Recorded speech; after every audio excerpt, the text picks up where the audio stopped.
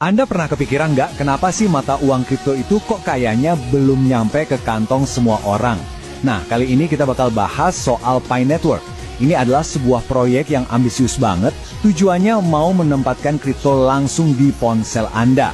Yuk kita bedah bareng-bareng gimana cara mereka mewujudkannya. Oke, jadi begini alur kita hari ini. Pertama, kita bakal lihat dulu apa sih masalah utama di dunia kripto.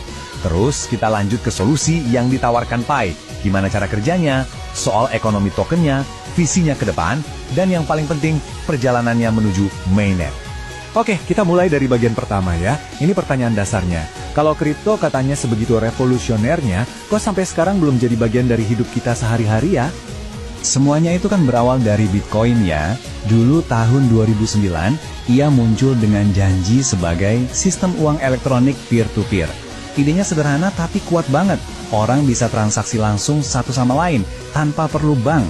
Wah, ini visi yang keren banget kan, soal kebebasan finansial. Nah, di sini kita bisa lihat ada dua sisi cerita. Di kiri, itu janji manis Bitcoin. Jaringan yang terdesentralisasi, peer-to-peer tanpa perantara. Tapi lihat deh kenyataannya di sebelah kanan. Penambangannya boros energi banget, bahkan setara dengan konsumsi listrik satu negara loh, Swiss. Akhirnya, yang muncul itu ladang-ladang server raksasa. Akibatnya, kekuatan jadi terpusat di tangan segelintir orang aja. Dan orang biasa jadi susah ikut serta.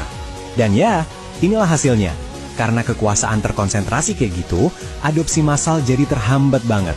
Sesuatu yang tadinya digadang-gadang jadi alat buat semua orang, malah didominasi sama segelintir pihak.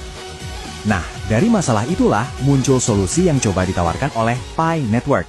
Visi mereka itu simple, mengembalikan kripto ke tujuan awalnya, yaitu jadi sesuatu yang bisa diakses oleh semua orang. Misi mereka jelas banget ya, fokusnya itu ke aksesibilitas dan partisipasi pengguna. Jadi idenya adalah memberdayakan orang per orang, bukan perusahaan-perusahaan raksasa. Nah, ini dia nih inovasi utamanya. Beda banget sama Bitcoin yang butuh komputer super mahal dan boros listrik. Picoin ini dirancang supaya Anda bisa menambang langsung dari HP yang ada di kantong Anda sekarang. Dan katanya, tanpa bikin baterai boros. Oke, terus gimana cara kerjanya? Kalau nggak ada teka-teki komputer yang rumit buat dipecahin, gimana dong cara jaringannya tetap aman? Nah, disinilah Pi pakai pendekatan yang beda banget. Jadi, Pi itu pakai yang namanya Stellar Consensus Protocol atau SCP. Gini deh gampangnya, bayangin aja alih-alih komputer adu cepat mecahin soal matematika, keamanan jaringan ini justru dibangun dari orang-orang yang saling menjamin. Anda bikin semacam lingkaran kepercayaan kecil dengan orang-orang yang Anda kenal. Nanti kalau semua lingkaran kecil ini nyambung, terbentuklah jaringan kepercayaan raksasa yang mengamankan seluruh blockchain.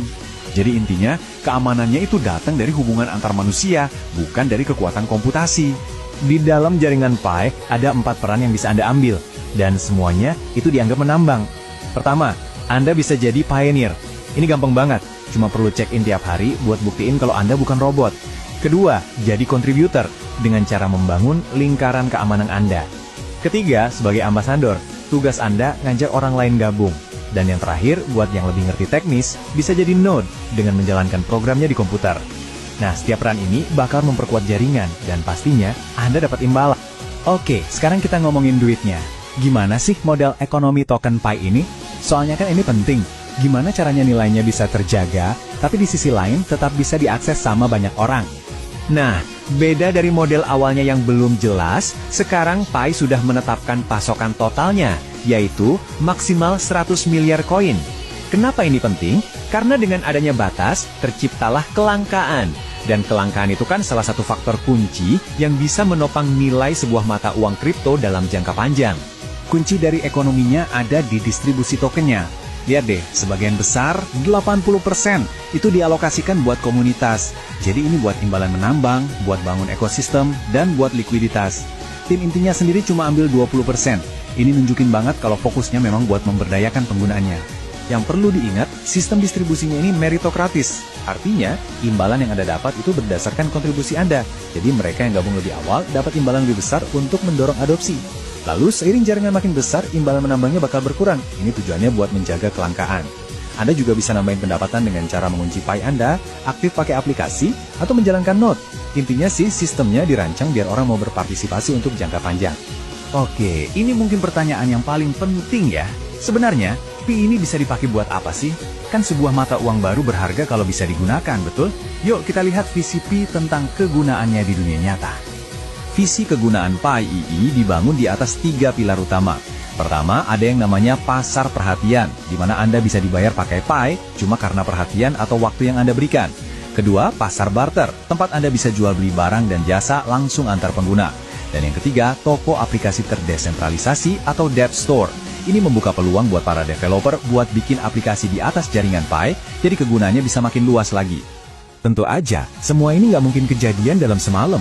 Pi Network punya rencana pengembangan yang bertahap dan hati-hati banget, buat membangun semuanya dari nol sampai jadi blockchain yang benar-benar berfungsi. Perjalanannya dibagi jadi 3 fase. Fase 1 itu beta, mulai di tahun 2019, fokusnya buat bangun jaringan awal dan komunitasnya. Terus, fase 2 itu testnet atau jaringan uji coba yang rilis tahun 2020. Di sini, komunitas bisa ngetes blockchain-nya. Dan puncaknya, fase 3 yaitu mainnet, blockchain yang resmi dan aktif, yang mulai diluncurkan akhir 2021. Nah, peluncuran mainnet ini sendiri ada 2 periode. Saat ini, kita ada di periode mainnet tertutup. Maksudnya apa? Blockchain-nya sudah hidup, tapi masih ada semacam firewall yang memisahkannya dari dunia luar. Fase ini penting buat pengguna menyelesaikan verifikasi identitas atau KYC dan untuk mulai transaksi di dalam ekosistem Pi. Nanti, kalau sudah siap, jaringannya bakal masuk ke mainnet terbuka. Di situ, firewall-nya dilepas, jadi Pi bisa terhubung ke bursa dan blockchain lain. Jadi, ujung-ujungnya pertanyaannya cuma satu. Proyek Pi Network ini kan pada dasarnya sebuah eksperimen besar ya.